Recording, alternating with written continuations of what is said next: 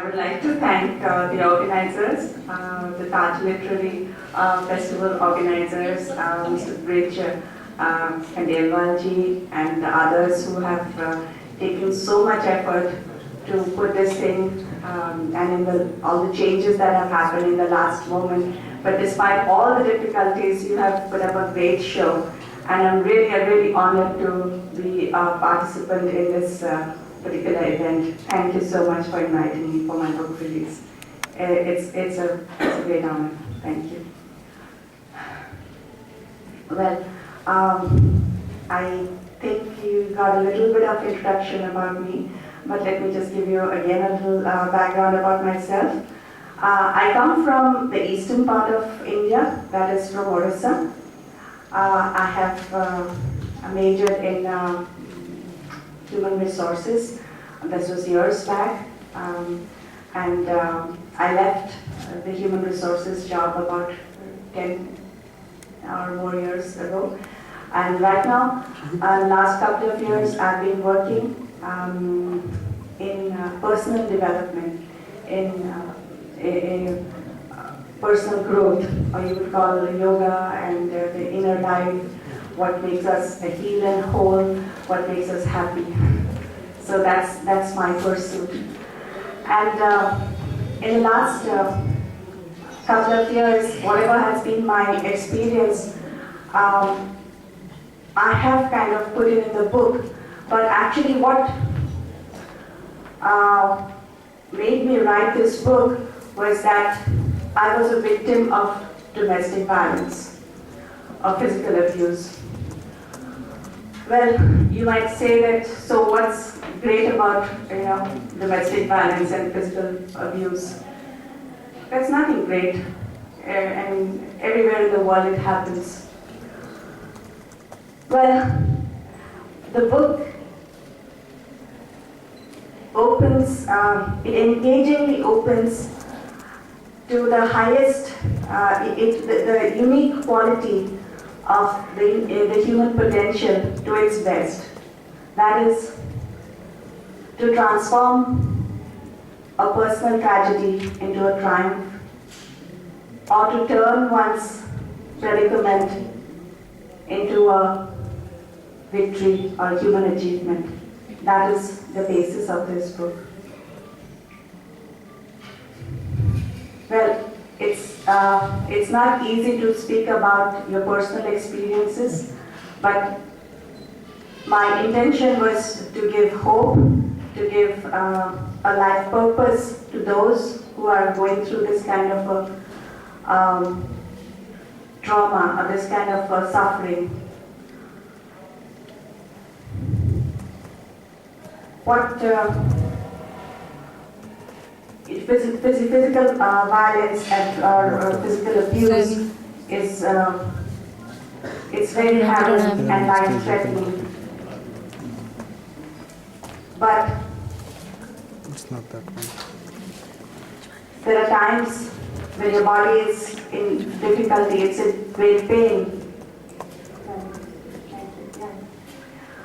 When your physical body is in deep pain and your body is mangled, and you cry out to God to help, and you realize that your territory is not just this physical body, but beyond that lies a thriving, a pulsating, a deeply sustaining spirit which gives life to this body.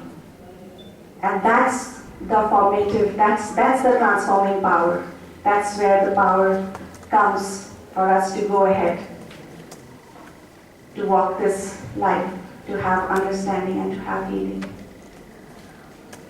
Well, nonetheless, the book is not about how I lived courageously. The book is about a lot of people who inspired me, a lot of people, though some of them who have raised me, and some of them I've read in stories from books and heard from other places. This book is also recommended and endorsed and validated by behavioral psychotherapists, counselors, and yoga gurus. My main audience for this book, I would say, is the victims of abuse, their family, the institutions, the caregivers, doctors, psychotherapists, and also truth seekers, those who are seeking higher truth, seeking God, and those who want to know what's there. Why am I here? What's more? So these questions can be answered, but I don't think it's a book for children.